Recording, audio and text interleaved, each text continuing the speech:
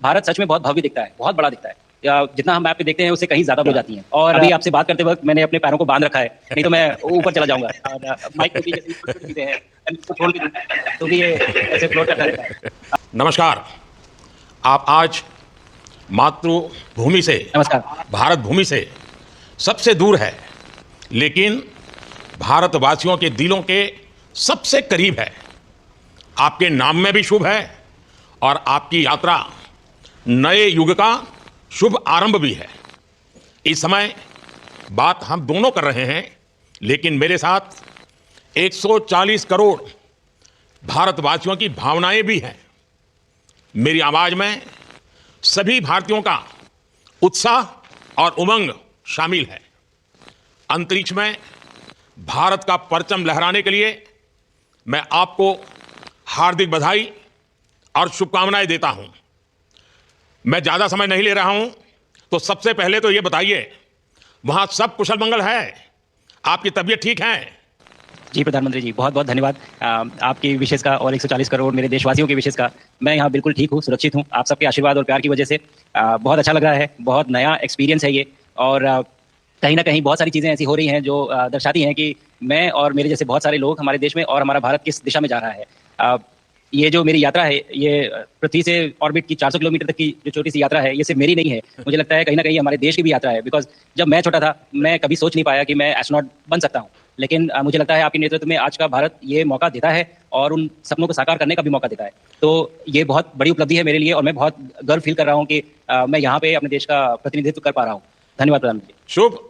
आप दूर अंतरिक्ष में है, जहां ग्रेविटी ना के बराबर है, पर हर भारतीय देख रहा है कि आप कितने डाउन टू अर्थ है। आप जो गाजर का हलवा ले गए हैं, क्या उसे अपने साथियों को खिलाया?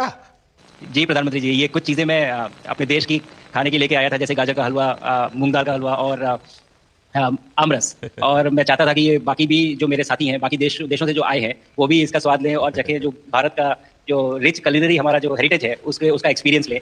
तो हम सभी ने बैठ के इसका स्वाद लिया साथ में, और सबको बहुत पसंद आया। इसको कहें कि कब वो नीचे आएंगे और हमारे देश आए और इनका स्वाद ले सके हमारे साथ। शुभ। परिक्रमा करना भारत की सदियों पुरानी परंपरा है। आपको तो पृथ्वी माता की परिक्रमा का सौभाग्य मिला है। अभी आप पृथ्वी के किस भाग के ऊपर से गुजर रहे होंगे?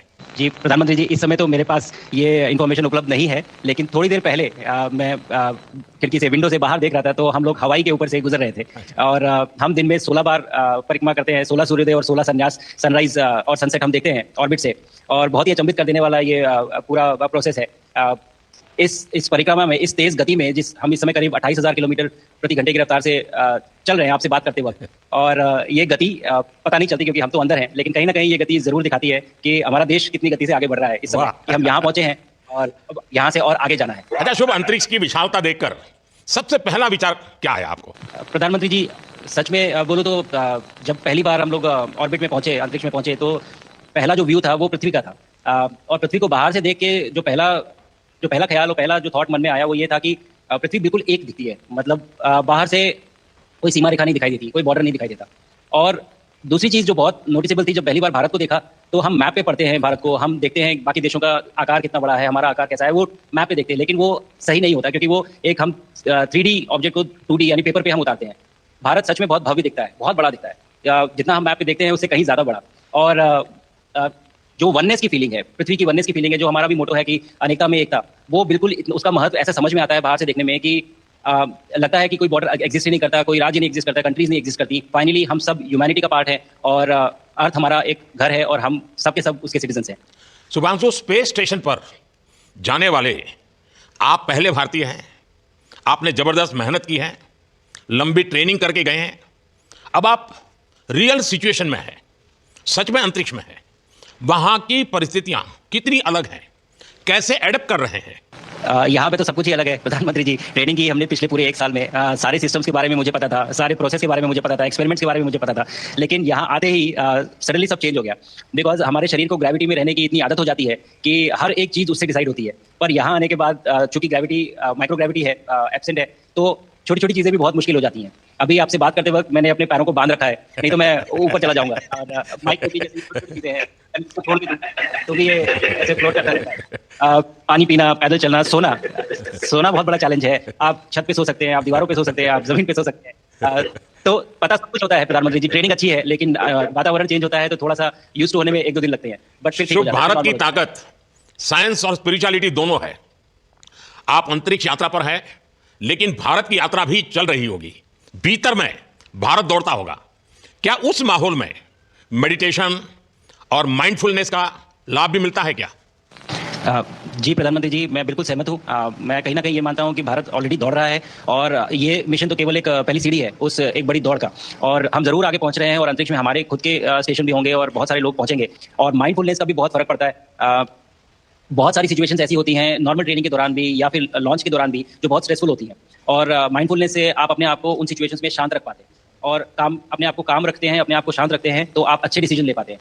कहते हैं कि दौड़ते हुए भोजन कोई भी नहीं कर सकता, तो जितना आप शांत रहेंगे उतना ही अच्छे से आप डिसीजन ले पाएंगे। तो आई थिंक माइंडफुलनेस का बहुत इंपॉर्टेंट रोल होता है इन चीज़ों में। तो दोनों चीज़ें अगर साथ में प्रैक्टिस की जाएं तो ऐसे एक चैलेंजिंग एनवायरनमेंट में या चैलेंजिंग वातावरण में मुझे लगता है ये बहुत ही यूजफुल होगी, और बहुत जल्दी लोगों को अडेप्ट करने में मदद करेंगी। आप अंतरिक्ष में कई एक्सपेरिमेंट कर रहे हैं। क्या कोई ऐसा एक्सपेरिमेंट है जो आने वाले समय में एग्रीकल्चर या हेल्थ सेक्टर को फायदा पहुंचाएगा? जी प्रधानमंत्री जी, मैं बहुत गर्व से कह सकता हूं कि पहली बार भारतीय वैज्ञानिकों ने 7 यूनिक एक्सपेरिमेंट्स डिज़ाइन किए, जो कि मैं अपने साथ स्टेशन पे लेके आया हूं। और पहला एक्सपेरिमेंट जो मैं करने वाला हूं, जो कि आज ही के दिन में शेड्यूल्ड है, वो है स्टेम सेल्स के ऊपर। सो अंतरिक्ष में आने से क्या होता है कि ग्रेविटी चूंकि एब्सेंट होती है तो लोड खत्म हो जाता है, तो मसल लॉस होता है। तो जो मेरा एक्सपेरिमेंट है वो ये देख रहा है कि क्या कोई सप्लीमेंट देके हम इस मसल लॉस को रोक सकते हैं या फिर डिले कर सकते हैं। इसका डायरेक्ट इंप्लीकेशन धरती पे भी है कि जिन लोगों का मसल लॉस होता है ओल्ड एज की वजह से, उनके ऊपर ये सप्लीमेंट्स यूज़ किए जा सकते हैं। तो मुझे लगता है कि ये डेफिनेटली वहाँ यूज़ हो सकता है। साथ ही साथ जो दूसरा एक्सपेरिमेंट है वो माइक्रोवेल की ग्रोथ के ऊपर। ये माइक्रोवेल की बहुत छोटे होते हैं लेकिन बहुत न्यूट्रिशियस होते हैं। तो अगर हम इनकी ग्रोथ देख सकते हैं यहाँ पे, और ऐसा प्रोसेस इजाद करें कि ये ज़्यादा तादाद में हम इन्हें उगा सकें और न्यूट्रिशन हम प्रोवाइड कर सकें, तो कहीं ना कहीं ये फूड सिक्योरिटी के लिए भी बहुत काम आएगा धरती के ऊपर। सबसे बड़ा एडवांटेज जो है स्पेस का वो ये है कि ये जो प्रोसेस है यहाँ पे बहुत जल्दी होते हैं, तो हमें महीनों तक या सालों तक वेट करने की जरूरत नहीं होती। तो इसलिए यहाँ के जो रिजल्ट चंद्रयान की सफलता के बाद देश के बच्चों में, युवाओं में विज्ञान को लेकर एक नई रुचि पैदा हुई। अंतरिक्ष को एक्सप्लोर करने का जज्बा बढ़ा। अब आपकी ये ऐतिहासिक यात्रा उस संकल्प को और मजबूती दे रही है।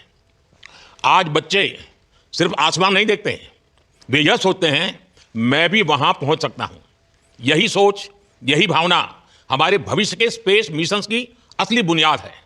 आप भारत की युवा पीढ़ी को क्या मैसेज देंगे? प्रधानमंत्री जी, अगर मैं अपने युवा पीढ़ी को आज कोई मैसेज देना चाहूँगा तो पहले ये बताऊंगा कि भारत जिस दिशा में जा रहा है, हमने बहुत बोल्ड और बहुत ऊंचे सपने देखे हैं, और उन सपनों को पूरा करने के लिए हमें आप सबकी ज़रूरत है।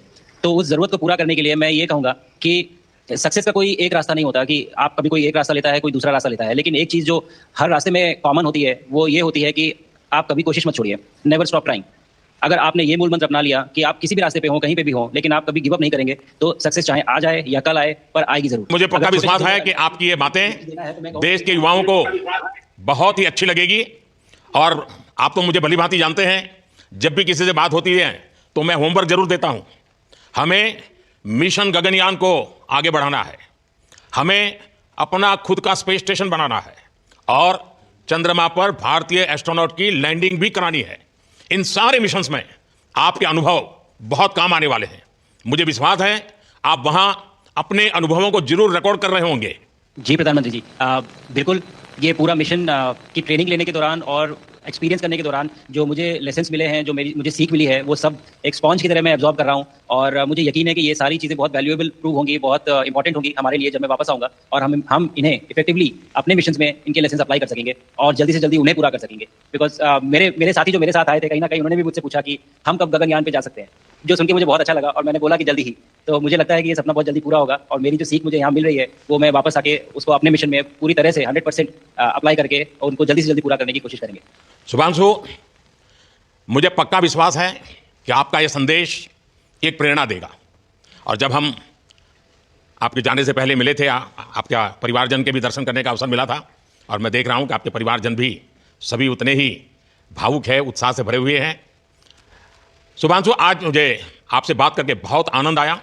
मैं जानता हूं आपकी जिम में बहुत काम है, और 28,000 किलोमीटर की स्पीड से काम कर रहे हैं आपको, तो मैं ज़्यादा समय आपका नहीं लूँगा। आज मैं विश्वास से कह सकता हूं कि ये भारत के गगनयान मिशन की सफलता का पहला अध्याय है। आपकी यह ऐतिहासिक यात्रा सिर्फ अंतरिक्ष तक सीमित नहीं है, यह हमारी विकसित भारत की यात्रा को तेज गति और नई मजबूती देगी। भारत दुनिया के लिए स्पेस की नई संभावनाओं के द्वार खोलने जा रहा है। अब भारत सिर्फ उड़ान नहीं भरेगा, भविष्य में नई उड़ानों के लिए मंच तैयार करेगा।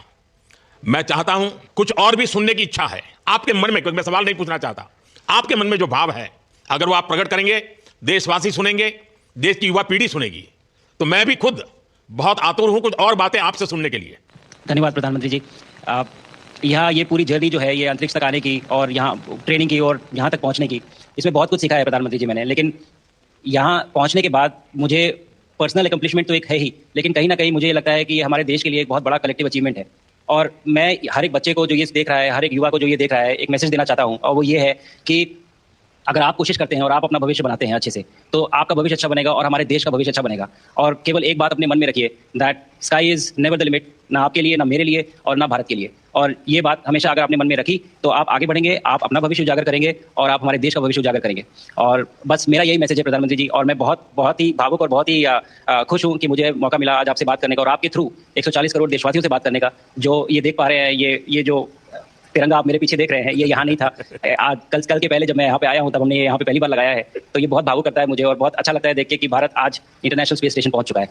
शुभांशु, मैं आपको और आपके सभी साथियों को आपके मिशन की सफलता के लिए बहुत बहुत शुभकामनाएं देता हूं।